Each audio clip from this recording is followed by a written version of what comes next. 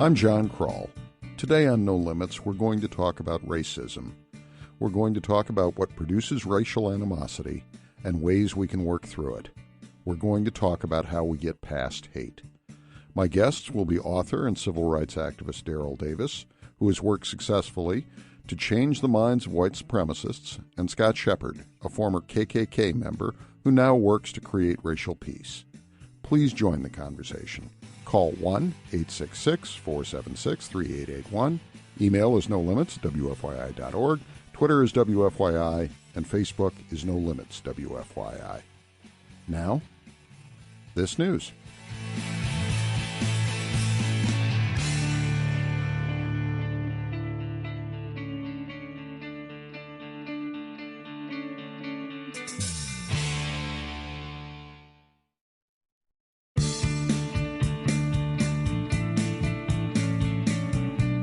No Limits is made possible by your membership and by Apparatus IT Security, identifying network vulnerabilities to help keep companies secure. More information on security assessments for businesses at apparatus.net. And by WGU Indiana, Indiana's 8th State University. Information about earning a degree from WGU, an accredited online nonprofit university, is available at indiana.wgu.edu. Welcome to No Limits. I am John Krull, director of Franklin College's Pulliam School of Journalism, publisher of thestatehousefile.com, and your host. We're talking today about erasing racial barriers. If you'd like to join the conversation, give us a call at 1-866-476-3881. Email is nolimits@wfyi.org. Twitter is WFYI, and Facebook is No Limits WFYI. Well, I'm joined today by Daryl Davis, who is an author and a civil rights activist, is here to speak tonight at Franklin College. Daryl, welcome to the program. Thank you very much for having me. Appreciate it. It's good to have you here. We're also joined by Scott Shepard, who is a former member of the KKK and now works to achieve racial peace. Scott, welcome to the program. Thank you very much. I'm very happy to be here. Thank you. It's good to have both of you here.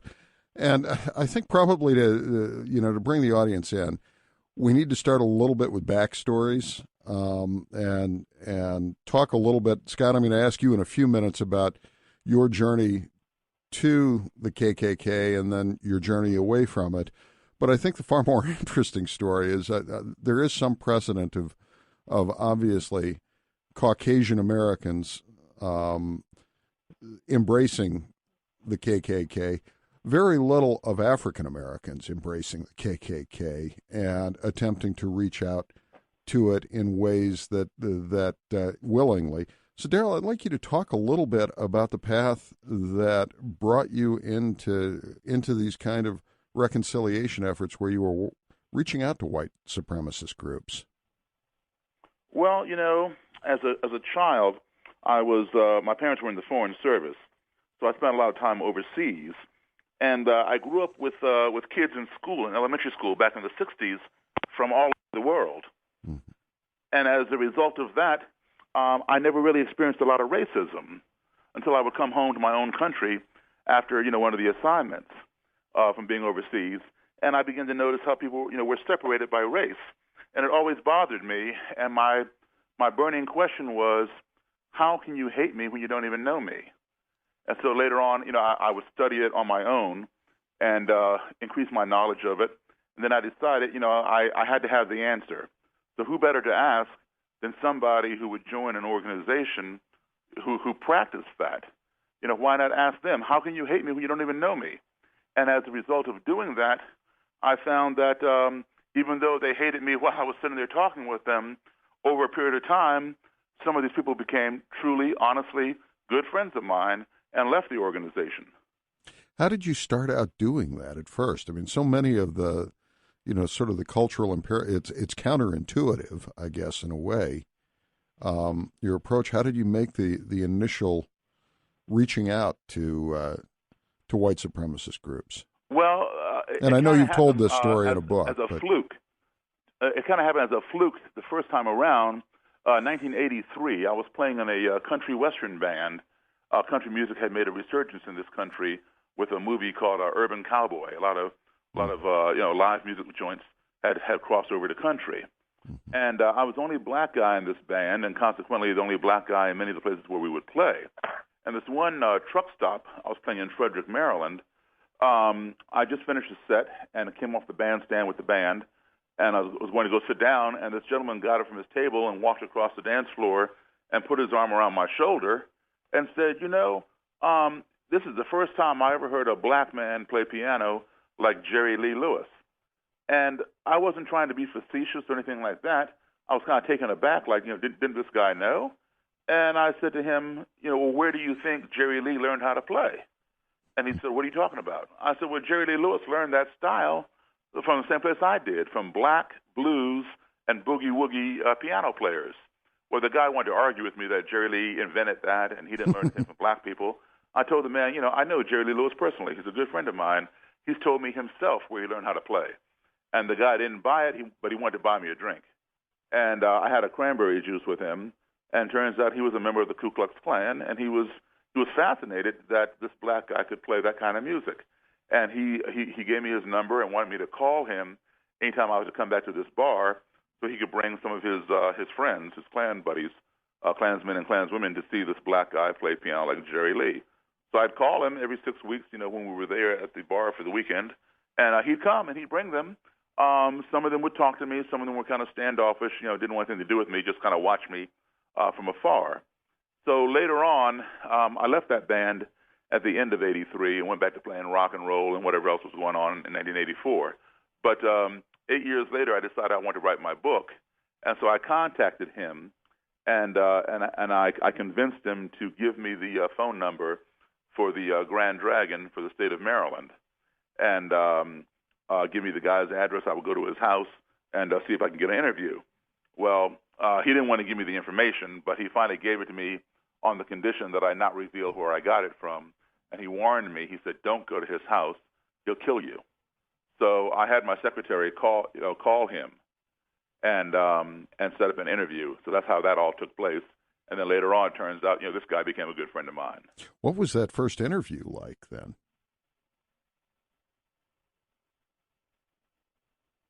Daryl? Hello? Yes, Daryl. Can you hear me? Yes. What was that first interview like?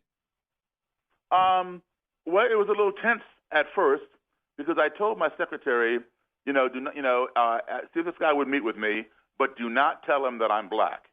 He'll figure that out, obviously, when he sees me. I didn't want to jeopardize him, by figuring out that I'm black and then not give me the interview. So she didn't tell him, and he didn't ask. And when he showed up, of course, he was surprised. He came with what's called a Grand Nighthawk, and Nighthawk in Klan terminology means bodyguard or security. So the Grand Nighthawk accompanied the Grand Dragon. A Grand Dragon, the term grand means a state officer. A dragon means like the head of the state. So we would call that a governor. An imperial wizard is like a president. Anybody who's prefixed with the term imperial means he's a national officer. So an imperial Nighthawk would be the bodyguard to the imperial wizard. So this guy, Roger Kelly, was the Grand Dragon for the state of Maryland at that time, and his Grand Nighthawk came, and the Nighthawk was armed. I don't know if Mr. Kelly was armed or not. He came in a suit and tie, and of course, they were all shocked that I was black. But they came in and sat down, and we talked, and there were a couple, tense moments there, but he was very cordial, very cooperative, and I got a lot of information. And we've kept in contact over the years. Eventually, he left the Klan. Today he's one of my best friends. We go out and have dinner quite often. I mean, we were even doing that when he was in the Klan. It took a while to get to that point, of course. But today, we still get together and go out and have dinner and all that kind of thing. He went on to become an imperial wizard, headed up the Klan of Maryland and 13 other states. And then when he and I became friends, he disbanded the Klan in Maryland. So today there is no more Ku Klux Klan in the state of Maryland. They've had a couple of attempts at trying to reorganize it, but they've all failed. Now there's some other states that have held theirs together that were under Roger Kelly. We are talking about really erasing racial barriers here on No Limits. To join the conversation, just give us a buzz at 1-866-476-3881. I think this is a good point, Scott, to bring you into the conversation. Could you talk a little bit about the path that led you to the KKK in the first place? Well, sure. Of course, having a Southern accent, you could probably understand. Of course, I was born and raised in a product of the 1960s, born in 1959. I was in the Mississippi Delta, my hometown, Indianapolis, Mississippi, which was a hotbed of racial turmoil. I guess, of course, I was first introduced, to the Ku Klux Klan when I was probably in the third grade. I remember studying Mississippi history books, and in the Mississippi history books, they had a chapter on the Ku Klux Klan, and I read about this. And, of course, I was very fascinated by the robes and hoods. And then, of course, as years went on, I heard, the racial turmoil started as, like I said, as being a hotbed. The African Americans and others coming into the South to gain their rights, and then of course the riots. I looked at the Klan as a hero, actually a superhero, because they were there to defend our rights. But I guess it also, stems from my childhood, and the influences of my childhood. I came from an alcoholic family, and I was a very unhappy child. And at the time, I grew up into the public school system. When integration came into the public school system, there was 5 kids in my family. I had an older sister that was 1 year from graduating from high school, and then my older brother was a senior. Excelled in football and was fixing to graduate with a scholarship. And they came in, and it was really an overwhelming situation. They just came in during integration days and with cotton trailers and just pulled us out of the school. And they said, look, we load your desk onto the cotton trailers, and they took us to private schools. And at the time, of course, my parents were not wealthy, and actually my parents were not racist of any type, did not teach us any racial issues or anything of that nature. And my parents could not afford to send all 4 kids to the private school, so I was sent to the African-American schools. That actually my town was separated by railroad tracks. The African-Americans lived on one side, the whites lived on the other. That's just the way it was back then. And I had to go down into the African-American section of town to a public school, and I think I was one of about 5 white students in a school of 300 African Americans. Hello? And hello? Daryl, you still there? Yes. Scott, you're there. Okay. Continue, Scott. Oh, I'm sorry. Not a problem. I thought I lost you. And I was sent down into the African American section of town and was one of 5 white students in a school of about 300 African American students. And see, it's not only a culture shock for white people, and of course kids of my age, I think I was like in the 6th grade at the time, it was also a culture shock to the African American kids, which, at the time we did not really consider that. Mm-hmm. And yes, I was bullied and had physical confrontations, and I think that implanted some negative feelings within myself then. And then as I grew older, being influenced by all the integration and the marches coming into town, and just listening to other people in the community, the way they would the blast the African Americans, the freedom riders, and the people that were coming in fighting for their rights, affected me. And this, I think, is where my introduction to the race, the racist. Yes, Daryl Davis. That came from. The call dropped again. Okay. We're getting some bleed through here. Scott, go ahead with your story. Either Scott or John. For sure, and like I said, I think this is where I was introduced with the the racist views of especially the Ku Klux Klan, because they had come into the section of the state that I lived in. Mm-hmm. And at 17 years old is when I was first actually joined the Ku Klux Klan. I was down in Baton Rouge, Louisiana. I had a sister in Baton Rouge. The head of the Ku Klux Klan at the time was Bill Wilkerson. He was in Denham Springs, Louisiana. And I searched him out. I found a storefront building on Florida Boulevard that had the Ku Klux Klan name on it.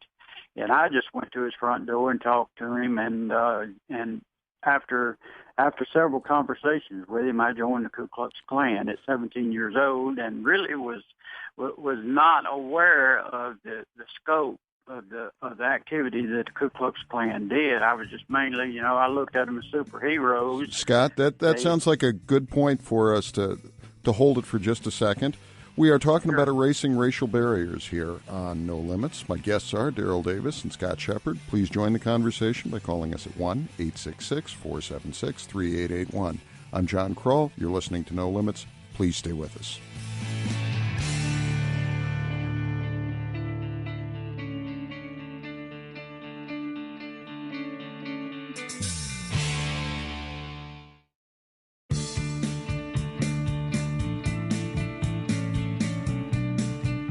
Welcome back to No Limits. I am John Krull, director of Franklin College's Pulliam School of Journalism, publisher of thestatehousefile.com, and your host. We're talking about, really, it's racism and how we get past it on No Limits today. My guests are Daryl Davis, an author who is speaking down at Franklin College tonight at 7 p.m., and Scott Shepard, a former KKK Imperial Wizard who has since decided to work toward racial reconciliation. Just before we went to the break, Scott, you were talking about the process by which you joined the KKK, and that really was it was sort of a cultural thing. It sounds like it got linked to some degree in your history and your mind with the disruption that was going on at that period in American history, and in particular in Southern history. What prompted you to leave? Well, absolutely.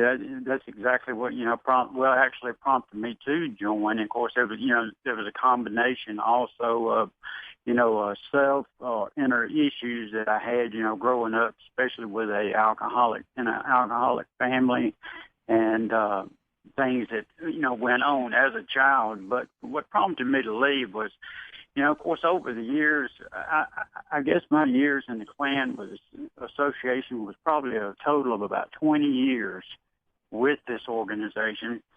And I can now look back, and during that 20 years, I do remember having some inner conflict, wondering to myself, why am I doing this? Do I really believe the things that I'm preaching? And don't take away from myself. Yes, I was a racist, because I was preaching the racism that I had been doing for years and years and years. So I'm not trying to take away from that, because I was 100% blown racist, and I was hurting people with words and intimidation. But what prompted me, I would say, was I was in Nashville, Tennessee, and I had been at a restaurant in Nashville, Tennessee, having dinner, and I left that restaurant after having dinner and a few drinks.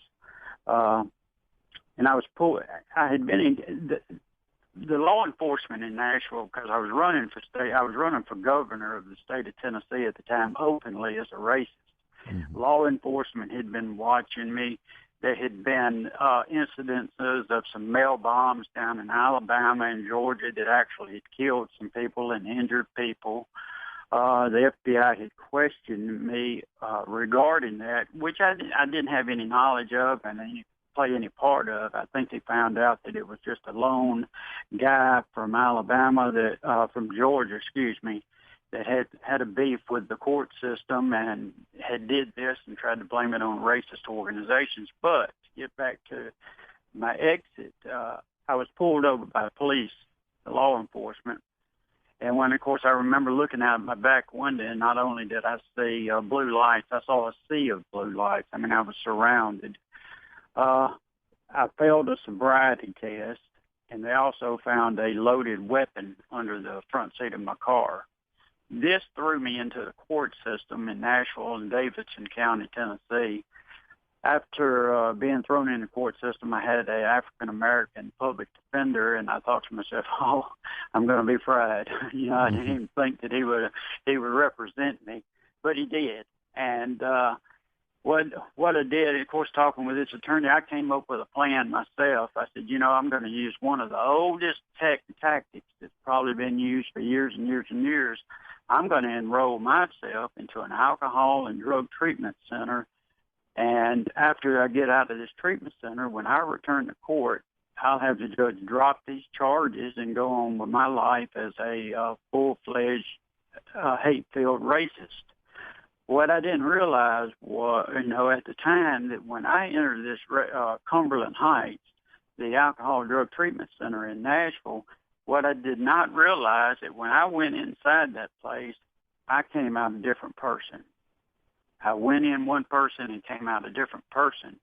Inside the treatment center, I met with one of the doctors, and actually he was the director of Cumberland Heights, and said, look, we've got African Americans here. Are you going to have a problem with that? No, I'm not going to have a problem with it. I want to get in, get out, and go to court and get on with my life. I was exposed to a lot of people of different races, African Americans, people of different religions. We sat down and had intimate conversations with each other, and shared our life stories and learned about each other. At the same time, I was exposed to, some counseling with counselors inside the facility. And what I found out was, after doing all this, I found out that my problem, I did not have a problem with people of African Americans, people of color, or different religions. I found out that the problems that I had were within myself. The problem was not other people. The problem was Scott Shepherd. And that's where my transformation, from being a racist and leaving the Klan, where it started was inside that treatment center. Do you ever find yourself slipping back? Is it something you have to monitor? Right. Well, actually, I went into this treatment center, and when I got out of the treatment center, like I said, I went in one person, came out another. Sure, there was probably a couple of years there, 2 years, maybe 3, but I know there was 2 years that it took me a while to grasp really what had happened to me and the transformation that was going on. And it took me a couple of years to really grasp that, and I still continued a little bit into the racist movement. And then, of course, I returned to Cumberland Heights for another 14-day relapse prevention program to get some more counseling. And at that time, like I said, I was exposed to more counseling and exposed to the people there in the facility. And when I left, that's when I walked away. And, to answer your question, do I find myself slipping back? No, I really haven't found myself slipping back. I did have some guilt of walking away from the people that I had known within the organization, because that is one of their tactics. They take you in and give you a home. They make you feel like family. And the guilt I had was, here I was leaving another family that I had. But then after long thought, soul searching, I realized, these people really weren't my family. They brought me into this organization and indoctrinated me, at such a young age, and took advantage of my gullibility and things like that. And I realized they really weren't my friends. So after that, I just walked away and cut ties and haven't looked back since, and have no regrets. We are talking about racism and how to get past it here on No Limits. Please join the conversation by calling us at 1-866-476-3881. Email is nolimits@wfyi.org. Twitter is WFYI, and Facebook is No Limits WFYI.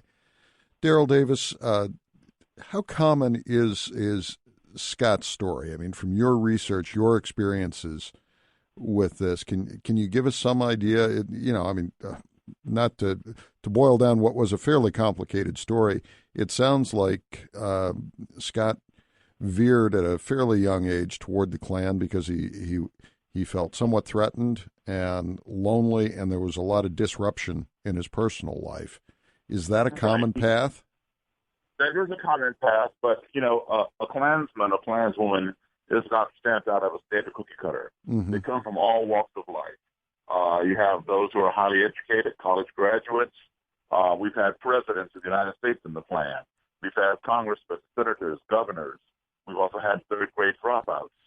And, some come from wholesome families, some come from dysfunctional families. But Scott brings up an excellent point, and that, when he went, he was brought up, around a lot of dysfunctional people, alcoholism, et cetera, and a racist environment. So that played a part in his upbringing.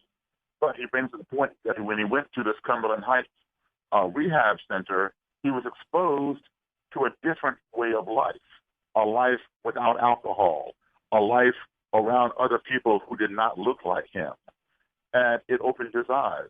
So, exposure is the key thing that brings people out of the Klan. And people join for different reasons.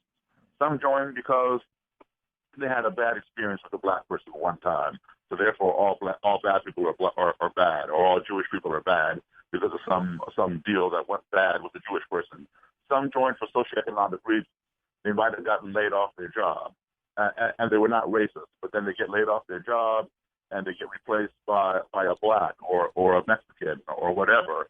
And then all of a sudden, the Klan comes in and sees that and says, hey, the blacks got the NAACP and the Jews got the ADL, and they're getting all the jobs, et cetera, et cetera. Nobody stands up for the white man, but the Ku Klux Klan. So come join us. We'll get your jobs back so you can put food on your table and pay your mortgage, et cetera, et cetera. So people join for different reasons. But once they get exposed to reality and realize that, what, we all came to America. We all came on different ships, but we're in the same boat now.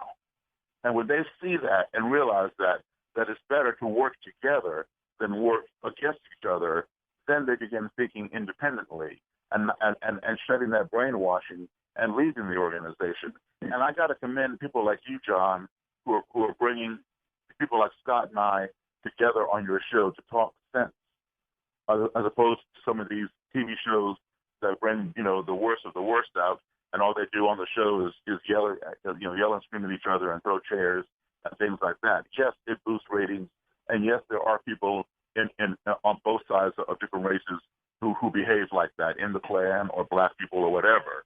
But they are brought together for a certain purpose to establish, ratings, and they're not, and that's not accomplishing anything, even though that's how they are. But you're bringing people together to talk sensibly about what we can do to curb racism is the best way to get people out.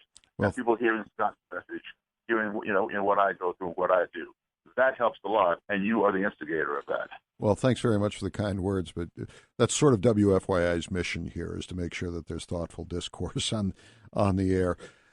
I'd like to talk a little bit, Daryl, about how you structure. I mean, the Roger Kelly story could have been, just a single incident, but this has become, kind of a mission for you. And I would think after a while, I mean, Roger Kelly went into that meeting not knowing who he was meeting with. After a while, you stop being able to surprise people, I would think. Yeah. How do you structure the conversations with people who are determined not to think of you as a human being? Well, when you talk with somebody one-on-one, you got to realize, you're talking. They understand your language. You understand their language. And you find that you have more in common with each other than you do in contrast. You may not agree, or they may not agree. Let's say, for example, they're talking with you and having a good conversation. They may not agree on interracial dating or interracial marriage, something like that. Okay, so you say, okay, fine. I have no problem with interracial marriage. Okay, you got a problem with it? All right, that's fine. We'll leave that alone. But what about kids getting drugs on the street or getting a bad education? Oh, well, I'm against that. We need to get drugs off the street. Well, guess what? I believe that too. So let's take that commonality and let's work on that. Let's work on that together.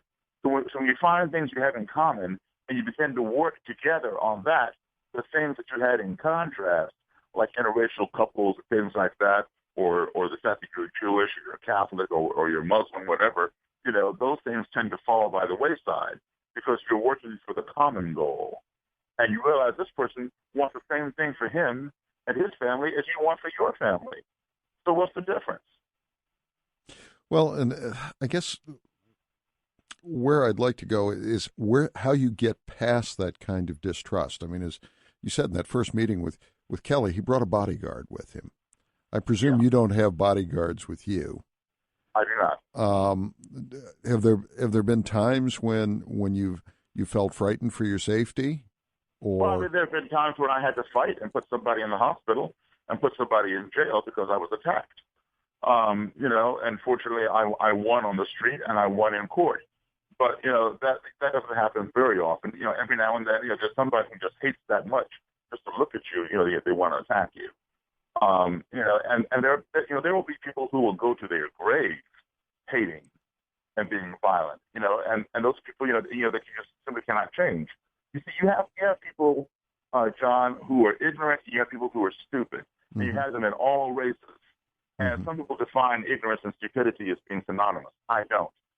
For me, an ignorant person is someone who makes the wrong decision because he or she does not have the facts and proper information to make the right decision. A stupid person is someone who has the right information to make the right decision, but still does not do it and makes the wrong decision. So, fortunately, there is a cure for ignorance, and that cure is education. You present people with the proper information and the facts, and then you alleviate them of their ignorance. But if you present someone who is stupid with the facts and they still behave stupidly, there's nothing you can do. There's no cure for stupidity. In terms of making an assessment, because you talk about how there are some people, who are just determined. They're going to go to their graves with their hearts filled with hate. How do you make a judgment, when you're talking with this person, saying, conceivably this is someone I could reach? And when do you just say, nope, lost cause, walk away? Well, actually, I'm the eternal optimist. I keep trying with the people who some end up in their grave hating, or I know they will go there, but I don't give up on them. I'm not somebody who gives up. I never set out to convert anybody. That wasn't my mission. My mission was really to figure out how do you hate me when you don't even know me? Just tell me that so I can understand that. And that's what I want to do, meeting with people all around the country who belong to the Klan or neo-Nazis or whatever. I wasn't out to convert them. But then in sitting down and talking with them and you finding out that you've got a lot in common, more so than you do in contrast, with what you had in contrast centered around race. They felt that their race was superior to your race. They felt the races had to be apart. I felt my race was equal to their race, and the races could be together. Other than that, we had a lot in common. Like I talked about education or getting drugs, out of the community or whatever. And then they would become my friends. And I thought, wow, this is amazing. So I'm going to keep on doing this because, we're raised to think, that a tiger can't change its stripes. But I saw the stripes changing. And so I keep on doing that. And the most important thing is this. When two enemies are talking, they're not fighting. It's when the talking ceases that the ground becomes fertile for violence. But as long as you can have two enemies talking to each other, they can be disagreeing and all that, that's fine. But as long as they're communicating, they're not fighting. So you keep those lines of communication open, and hopefully something will snap, something will break, and somebody will see the light. We are talking about erasing racial barriers here on No Limits. You can join the conversation by calling us at 1-866-476-3881. You can send us an email at nolimits@wfyi.org. You can find us on Facebook at No Limits WFYI, or you can find us on Twitter at WFYI. My guests are Daryl Davis, who is an author, civil rights activist, musician, and actor. He's speaking down at Franklin College this evening at 7 p.m. about this subject, and Scott Shepard, who is a former KKK Imperial Wizard and is now working toward achieving racial reconciliation. I am John Krull. You are listening to No Limits. Please stay with us.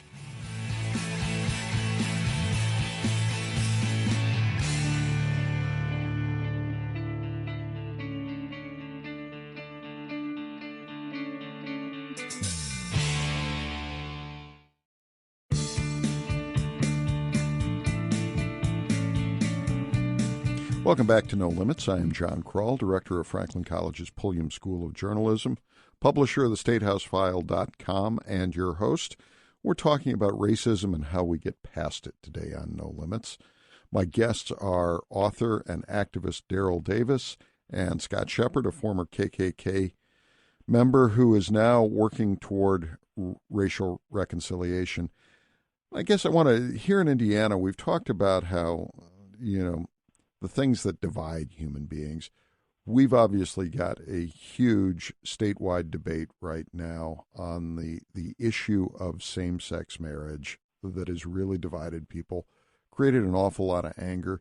Do either of you see any parallels between that, that debate and the civil rights struggles that we went through? Daryl, I'll start with you. People try to parallel them. To some degree, they're parallel, but in many degrees, they're not parallel because you're talking about the color of someone's skin as opposed to their gender. Black people having the same rights as white people, whether you're male or female, or marrying interracially or something like that, as opposed to two members of the same sex getting married. Discrimination is discrimination by any means, but I don't really see a strong parallel myself. Scott, how about you? I guess I would have to agree with Daryl on that. I really don't see a strong parallel. I will say that, of course, in my issues within myself, my hatred and, well, I won't say really hatred, my problems did spill over, or towards gay people also. Not only did I direct, anger and, hatred towards African Americans, people of color, I did, was pretty harsh towards gay people also. But I don't see really a parallel to it. But, my issues did spill over, and I did, intimidate and have some ill feelings towards gay people at the time. Scott, have you encountered any people from your previous life? I mean, that you say you tried to intimidate or that you had harsh feelings toward, and if so, how do you deal with them? How do I deal with the feelings that I had? No, the people. If you encounter them from that previous life. Oh, if I encounter them today from my previous life, if you're talking about the people that I intimidated and I had ill feelings to, I have gone to great lengths to make amends and apologies.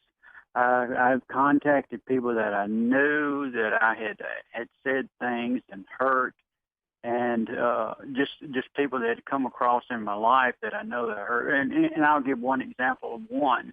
Was a news lady here in Memphis, Tennessee, where I was very active for Channel 5. And I contacted her several years ago, and I contacted her and I told her, I apologize. She was African American and was married to a white gentleman.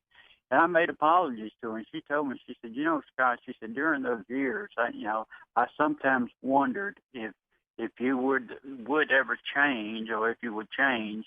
And today, she's one of my best friends, Kim Clark, Channel 5. And yes, I've been very well received by a lot of the people that I said things that hurt, and have received forgiveness from them. And there's probably no way that I'll be able to reach all the people, and I know there's not. I will be apologizing for the rest of my life, and that's okay too. And I still hold. I pretty much have forgiven myself, but I still hold some guilt, and I'm not complaining about that guilt that I hold, because I feel like that guilt that I still have within myself gives me more of a driving force to keep going and moving and trying to make reconciliation with the other races. So yes, I've come across some of them and have made amends with them, and I hope that continues. I hope I can continue to be able to do that. We are talking about getting past racism here on No Limits. If you'd like to join the conversation, please give us a call at 1-866-472-5790. 888-476-3881. Linda, welcome to the program. Thank you for taking my call. I think one of the things that could help get rid of racism in America is the educational system. I think the schools, the way that they teach the American history and so-called black history, helps to keep racism going. It helps, it continues to feed into the superior-inferior ways of looking at the races. So if we could ever start with and getting beyond King, Martin Luther King was a great man, did great things, but we have a lot of black people from the time we arrived in this country to today who have done great things, and we shouldn't just get stuck on just one person and what they did.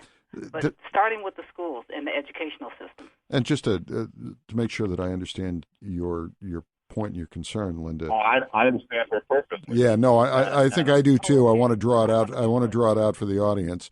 Two is, as I hear it, one, there's not enough exploration of Black Americans' contribution to American history.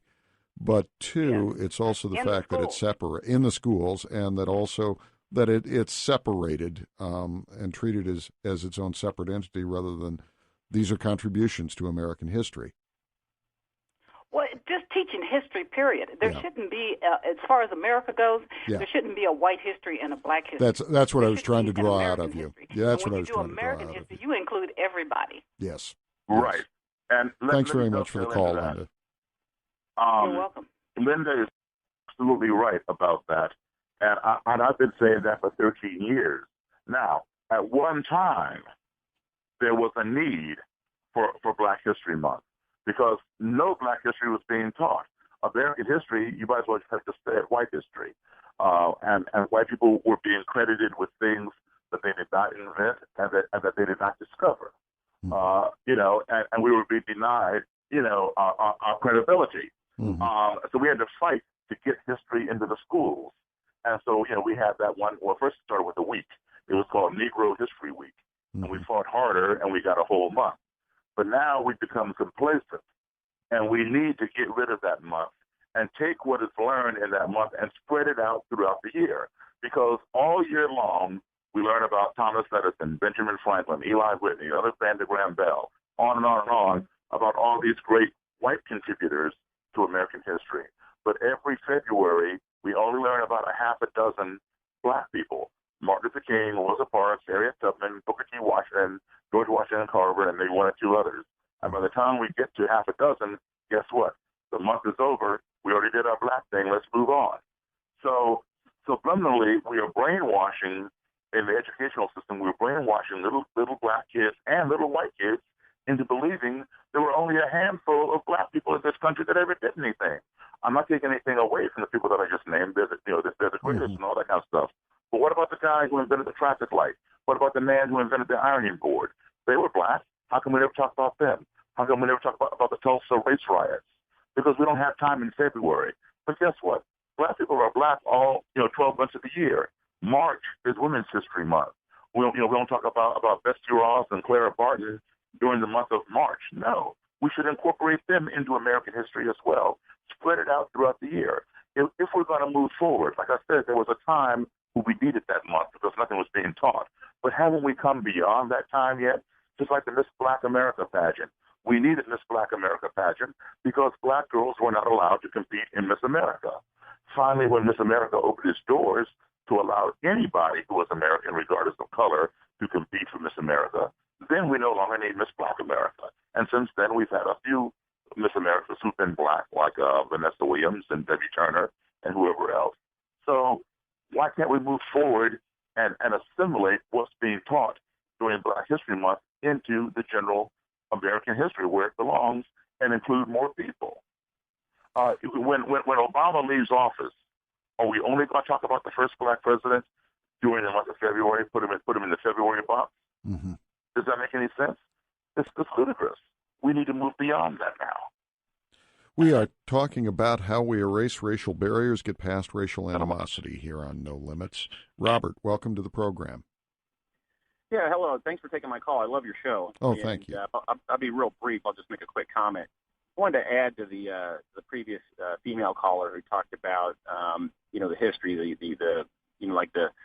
the dual histories that we teach in school. And I think one of the things that also plagues people of color, as well as Caucasian Americans, is that we just don't expect enough out of the kids in the inner cities in the educational system. The standards, even though they may be on paper set the same as they are, and maybe kids living in Carmel or wherever they may be, but we just don't expect as much from them because we look at them as being inner city kids. When I think they're just as smart and just as capable as doing the same amount of work, scoring the same kind of grades, get into the same colleges as the kids in the suburbs.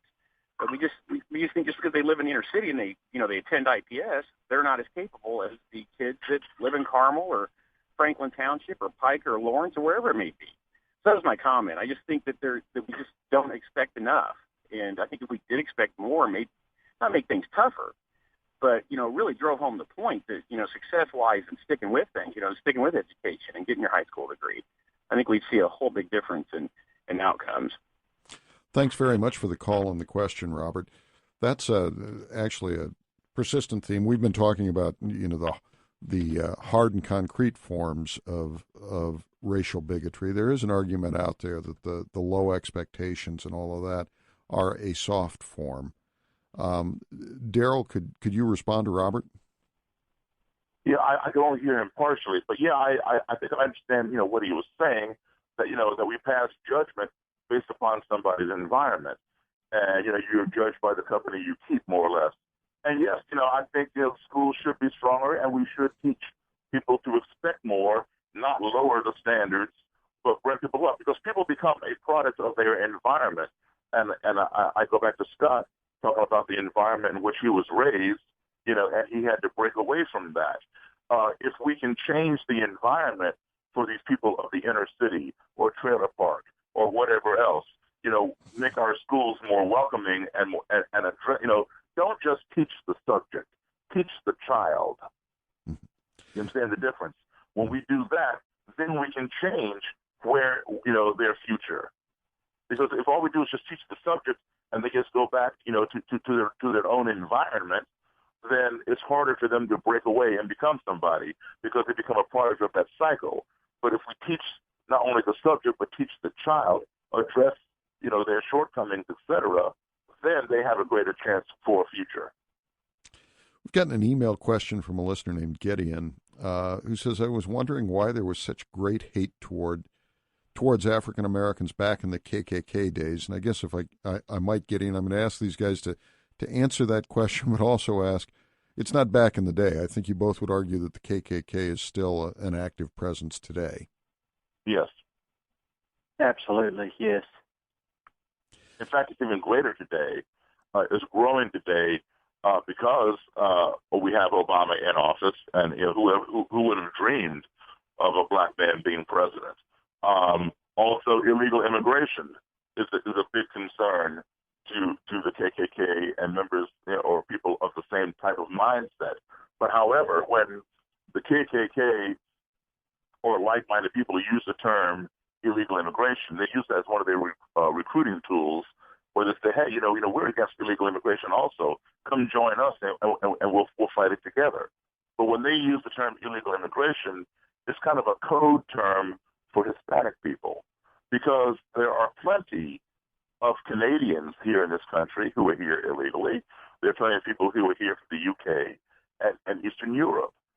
But because they look like the majority of people here, then it's okay.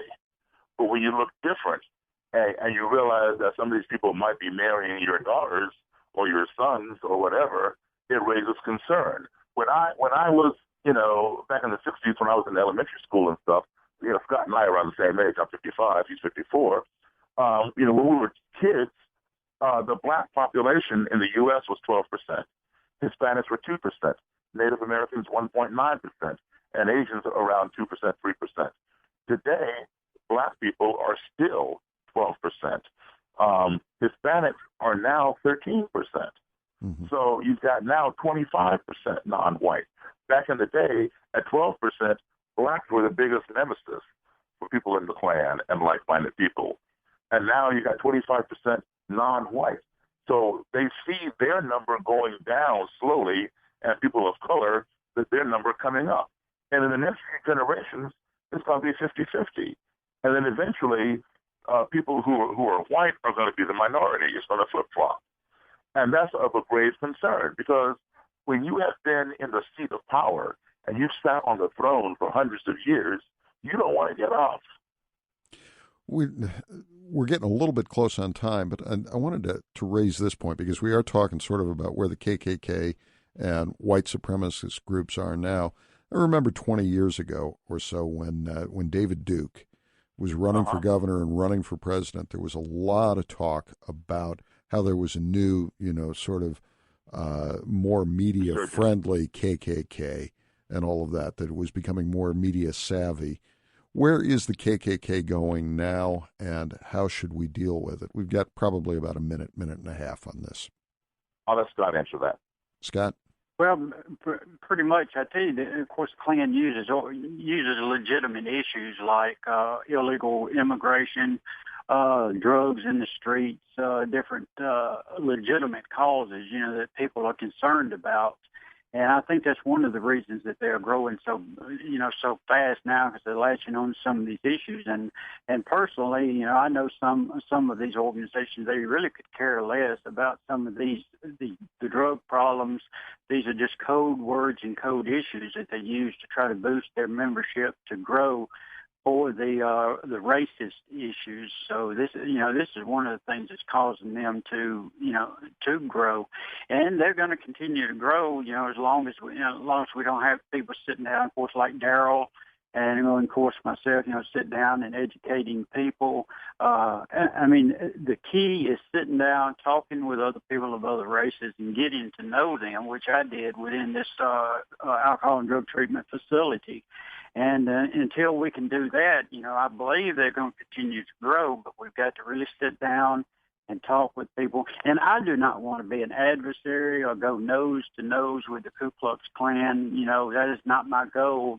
My goal is to educate and try to draw people out of these organizations and prevent people from going into these organizations with my story and trying to get the point across of why people do this. And, like I said, until we can educate people and sit down and talk and get to know each other, I think they're going to continue to grow. That'll have to be the last word. Daryl Davis and Scott Shepard, thank you very much for joining us. You've been listening to No Limits. Thank you for joining us. No Limits is a production of 90.1 WFYI Public Radio, Indianapolis. Producer, Sharon Alseth. Interactive Media Coordinator, Melissa Davis. Technical producer, Jeanette Rhodes. And board engineer, Don Hibschweiler. We invite you to join us each week for No Limits, made available through IPBS, Indiana's public broadcasting stations.